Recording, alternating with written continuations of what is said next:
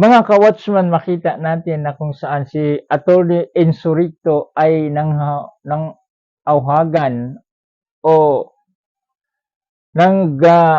challenge sa mga nabiktima ng drug war administration Rodrigo Duterte sa ongoing investigation ng drug war on drug shared by Congressman Bini Abante Jr.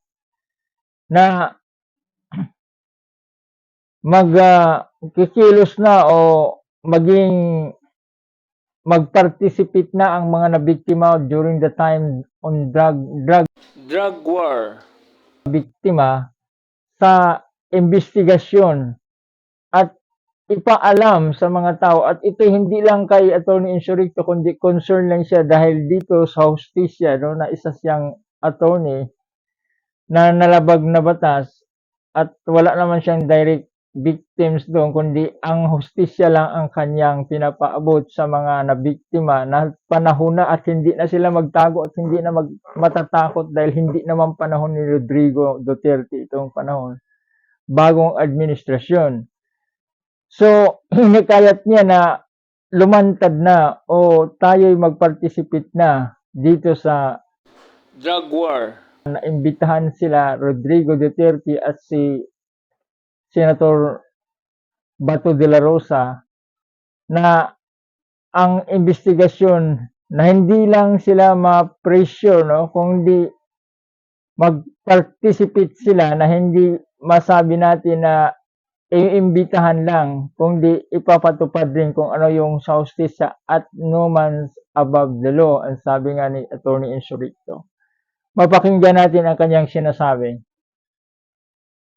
So sana naman yung mga pamilya ng mga biktima mag-inform sa Kamara na gusto na nilang magsalita. Kasi ito na yung pagkakataon. Nung mga panahon kasi ni Duterte, ako nga may mga kakilala, sabi ko, natakot silang magsalita eh. Pero sana ngayon, magsalita na sila. Ibang administrasyon naman na ito. Wala naman na sa kapangyarihan sila Duterte.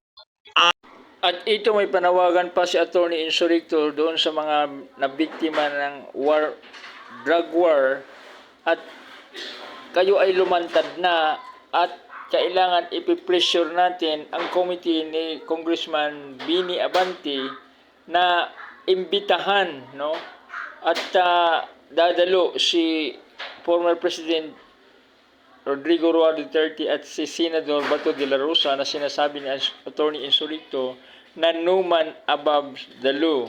So dito makikita natin na kailangan ng mga tao na ma-pressure at huwag nating hayaan na walang hustisya sa mga kriminalidad o patayan na nangyayari.